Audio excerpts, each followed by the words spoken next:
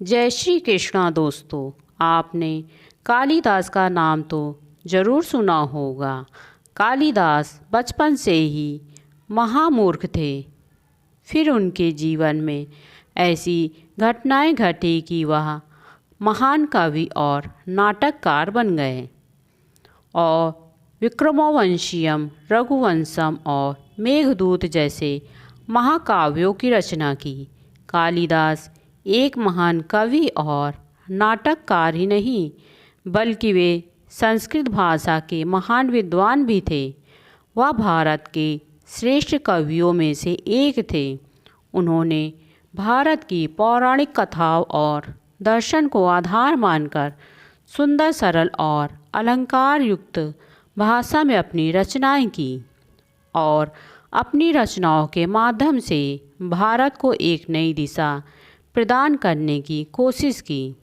दोस्तों, आइए जानते हैं महाकवि कालिदास की जीवन कथा। कालिदास के माता पिता उन्हें 5 वर्ष की आयु में ही छोड़कर चल बसे थे। उनका लालन पालन किसी दयालु आदमी वाले ने किया, जो कि वह भी अशिक्षित था। कालिदास पशुओं की देखभाल में हाथ बटाते थे तथा पशुओं चराने के बाद जो समय मिलता था वह गांव के काली मंदिर में जाकर पूजा किया करते थे। इसलिए उनका नाम कालिदास पड़ा। वाराणसी के नरेश की एक पुत्री थी। उसका नाम था विद्योत्मा। विद्योत्मा जो बहुत रूपवान और गुणवान थी। एक दिन राजा ने अपनी पत्नी से कहा, मुझे चिंता है कि विद्योत्मा के लिए उसके जैसा ही रूपवान और गुणवान वर कहाँ मिलेगा।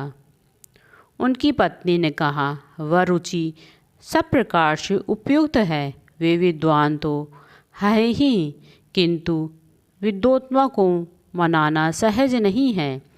राजकुमारी विद्योत्मा को अपने ज्ञान का बड़ा अभिमान था। उसने अपने माता पिता से कहा कि जो पुरुष मुझे शास्त्रार्थ में हराएगा वही मुझे पाने का अधिकारी होगा।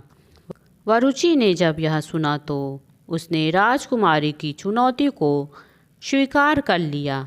विद्योत्मा ने वरुचि की चुनौती सुनकर घबरा गई, क्योंकि उसे वरुचि पसंद नहीं था और उससे वह विवाह नहीं करना चाहती थी। शास्त्रार्थ के दिन विद्योत्मा ने शर्त रखी कि शास्त्रार्थ मुख्य भाषा में होगा। उसने कहा कि मैं संकेतों द्वारा प्रश्न करूंगी और आप संकेतों द्वारा ही उत्तर देंगे। तब विद्योत्मा ने अपनी एक उंगली उठाई, परंतु वरुचि को कुछ समझ नहीं आया और उसने हार मान ली। विद्योत्मा खुशी से फूल उठी और उसने वरुचि को धन्यवाद कहा। वरुचि को यह अपमान सहन नहीं हुआ और उसने मन ही मन राजकुमारी विद्योत्मा से बदला लेने का संकल्प लिया। घर जाते वक्त वरुचि को मंदबुद्धि कालिदास दिखे, जो उसी डाल को काट रहे थे जिस डाल पर बैठे थे। उसने कालिदास से कहा, अरे ओ मंदबुद्धि आदमी, यहाँ क्या कर रहे हो? तो कालिदास ने कहा, तुम्हें उससे क्या, तुम अपना काम करो। वरुचि अपने रास्ते चला गया। वह कुछ ही दूर गया था कि कालिदास नीचे गिर पड़े।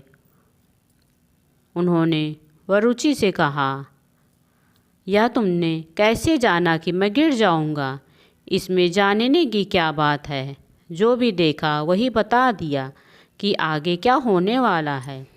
कालिदास ने कहा, पर मैं तो नहीं समझा, तुम जरूर कोई ज्योतिषी लगते हो। तुमने पहले ही बता दिया कि मैं पेड़ से गिर जाऊंगा। कालिदास ने पैर पकड़ लिए और कहा, मुझ पर दया करो और बताओ कि मेरे भाग्य में क्या लिखा है। वरुचि ने सोचा कि राजकुमारी से बदला लेने के लिए यह मंदबुद्धि सबसे उपयुक्त है। उसने कालिदास से कहा कि तुम्हारे भाग्य में राजकुमारी के साथ विवाह होना लिखा है। वरुचि कालिदास को अपने घर ले गया और उसे विद्वानों जैसे कपड़े पहनाए। वरुचि कालिदास को लेकर राजमहल की ओर चल पड़ा। रास्ते में वरुचि ने कालिदास से कहा, ध्यान रहे, राजा को देखते ही उन पर पुष्प वर्षा करना और ओम स्वस्ति कहकर आशीर्वाद देना। दोनों राजा के पास पहुँचते हैं। तब कालिदास राजा पर पुष्प वर्षा करते हैं और उन स्वस्ति के बजाय युष्ट का उच्चारण करते हैं। राजा को कुछ समझ में नहीं आता कि कालिदास क्या बोले। तब वरुचि स्थिति को संभालते हुए कहते हैं, महाराज, यह बहुत बड़े विद्वान ब्राह्मण हैं। इन्होंने आपको एक विशेष आशीर्वाद दिया है। महाराज, यह विद्वान ब्राह्मण कालिदास हैं। यह आपकी पुत्री विद्योत्मा के साथ शास्त्रार्थ करने आए हैं। राजा ने कालिदास को विद्वान ब्राह्मण समझकर अपनी पुत्री के साथ शास्त्रार्थ करने की आज्ञा दे दी। वरुचि ने कालिदास से कहा कि कुछ भी हो जाए, अपना मुंह मत खोलना। सभी प्रश्न का उत्तर संकेत में देना, नहीं तो राजकुमारी के साथ विवाह का अवसर हाथ से निकल जाएगा। मौन शास्त्रार्थ शुरू हुआ और पहले की तरह ही राजकुमारी ने एक उंगली उठाई, जिसका अर्थ था कि परमात्मा ही सत्य है। तो कालिदास ने समझा कि वह उनकी एक आँख फोड़ना चाहती है। इस प्रश्न के जवाब में उन्होंने अपनी 2 उंगली खड़ी कर दी। कालिदास का अर्थ था कि यदि वह उनकी एक आँख फोड़ेंगी तो वह उसकी दोनों आँख फोड़ देंगे। परंतु विद्योत्मा समझी कि सृष्टि में आत्मा और परमात्मा दोनों सत्य हैं, इसलिए वह संतुष्ट हो गई। उसने अपनी 5 उंगलियां खड़ी की, जिसका अर्थ था कि हमारा शरीर 5 तत्वों से मिलकर बना है। कालिदास समझे कि वह उन्हें थप्पड़ मारना चाहती है, तो उन्होंने अपनी 5 उंगलियों को जोड़कर एक मुट्ठी बना दी और संकेतों में कहा कि यदि तुम मुझे थप्पड़ मारोगे तो मैं तुम्हें घूसा मारूंगा। परंतु इस उत्तर को विद्योत्मा ने समझा कि जब तक पंच तत्व अलग अलग हैं, तब तक इनसे कुछ विशेष कार्य सिद्ध होना पाना असंभव है। पंच तत्वों के एक रूप होने से ही संसार में इनकी अभिव्यक्ति संभव है। अंततः विद्योत्मा ने पराजय स्वीकार कर ली और उसने कालिदास से विवाह कर लिया। विद्योत्मा और कालिदास अपने कक्ष में बैठे थे। तभी बाहर किसी तीव्र स्वर को सुनकर कालिदास से पूछा, किंवंती? कालिदास ने उत्तर दिया, उग्रवती। तभी विद्योत्मा ने कालिदास का उच्चारण उग्रवती की जगह उग्रवती सुनकर विद्योत्मा ने कालिदास से पूछा, क्या तुम्हें संस्कृत नहीं आती? तो कालिदास ने कहा, नहीं, मैं तो एक अनपढ़ गंवार हूँ। मैंने संस्कृत कभी नहीं पढ़ा। विद्योत्मा ने जब यह सुना तो उसे आभास हुआ कि उसके साथ छलपूर्वक एक मंदबुद्धि संत से उसका विवाह कराया गया है। कालिदास ने विद्योत्मा को बहुत समझाया कि प्रिय, मैं हमेशा तुम्हें बहुत खुश रखूँगा, कभी किसी चीज़ की कमी नहीं होने दूँगा। लेकिन विद्योत्मा को एक मंदबुद्धि को अपने पति के रूप में स्वीकार करना पसंद नहीं था। उसने कालिदास से कहा कि तुम यहाँ से चले जाओ। मेरा पति तो कोई महान विद्वान ब्राह्मण ही हो सकता है, तुम तो एक मंदबुद्धि वाले हो। कालिदास मंदबुद्धि तो थे, पर लज्जाहीन नहीं।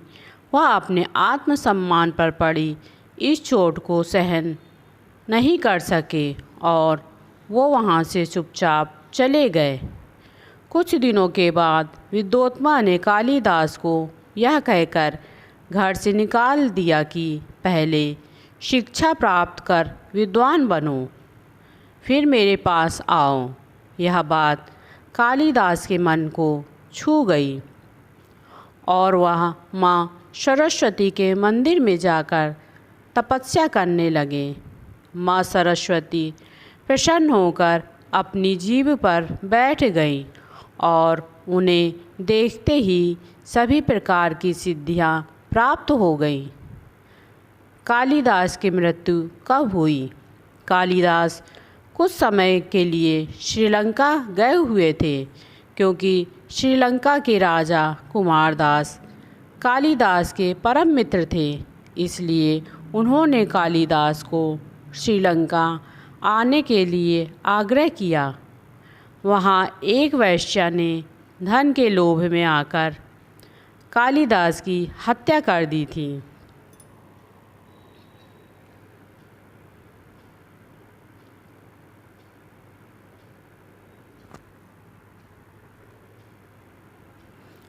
आपको कालिदास की यह जानकारी कैसी लगी, हमें कमेंट बॉक्स में ज़रूर बताएं और मेरे चैनल को लाइक, शेयर और सब्सक्राइब करें। धन्यवाद।